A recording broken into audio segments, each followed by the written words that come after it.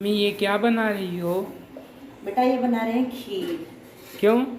आज शरद पूर्णिमा है, तो शरद पूर्णिमा के दिन खीर जरूर बनाई जाती है। क्योंकि आज का दिन जो होता है, इस दिन चंद्रमा की पर अमृत रोशनी बरसती है,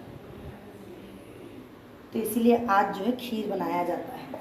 जब खीर में रोशनी पड़ती है तो उससे खाने से हमारे शरीर की रोग प्रतिरोधक क्षमता बढ़ती है। कैसे बनाएं? तो आओ बताते हैं कैसे बनेगी आज की खीर। तो आज की खीर जो होती है ये थोड़ा औषधीय तरीके से बनाई जाती है। इसको बनाने का तरीका कुछ चेंज है। तो ये देखिए, इसके लिए मैंने पहले चावल बना के रख लिया है। देख रहे हैं ना आप लोग, चावल बना के रख लिया है। और ये देखिए दूध गर्म हो रहा है। अब हम क्या करेंगे, ये जो हमारा चावल है इसको हम ऐसे खूब अच्छे से करछुल से मैश कर देंगे। आज की खीर बनाने का सही तरीका यही है। पहले हमने चावल बना लिया था, अब इस चावल को हम खूब अच्छे से कूट लेंगे।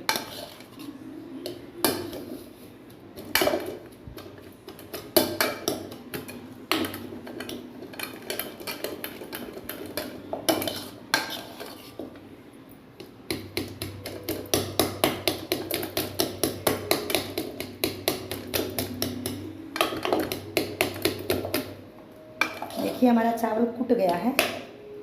अब इस हम कूटे हुए चावल को ऐसे दूध में डाल देंगे। आज वाली खीर हमको ऐसे ही बनानी है, इसका कोई भी दूसरा और तरीका नहीं है। इसको इसी तरीके से बनाया जाता है। और इसके लिए मैंने ले लिया है, ये हमने ले लिया है 1 कटोरी चावल, और उसके लिए हमने लिया है 1 लीटर फुल क्रीम वाला दूध।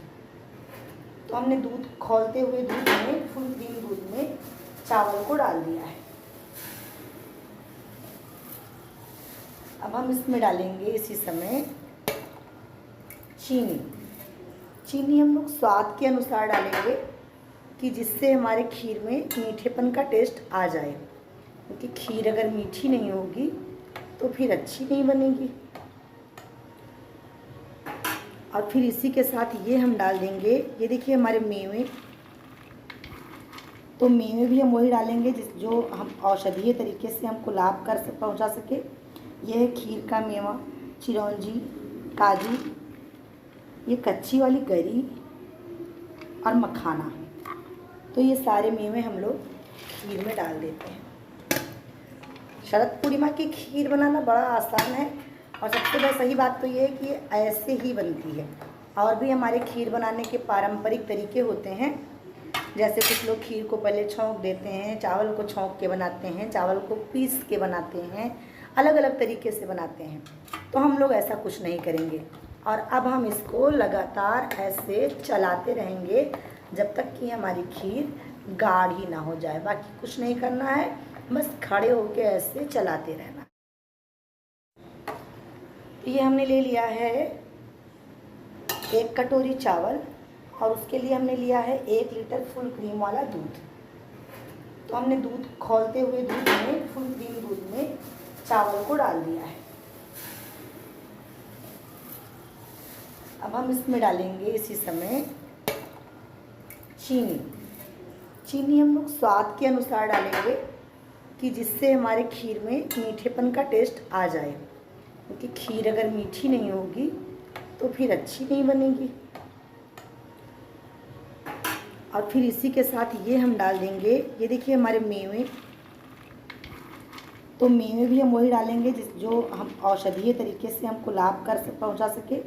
यह है खीर का मेवा, चिरौंजी, काजू, ये कच्ची वाली गरी और मखाना।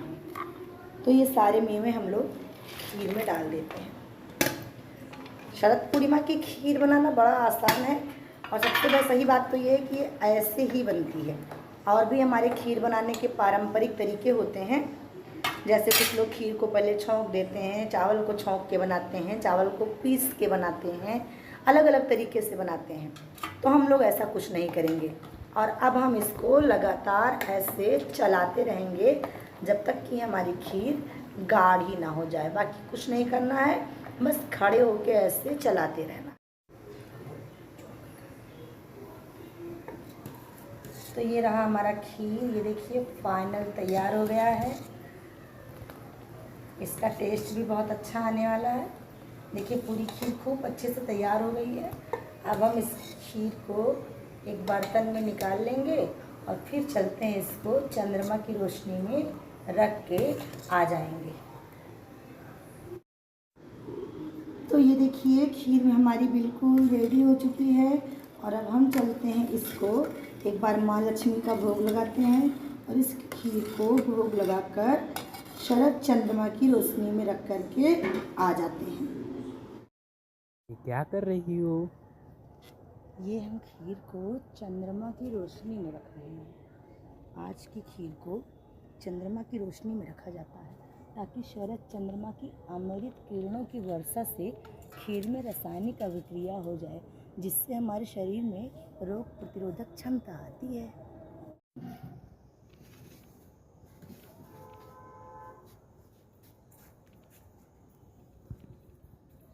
क्या कर रही हो मम्मी?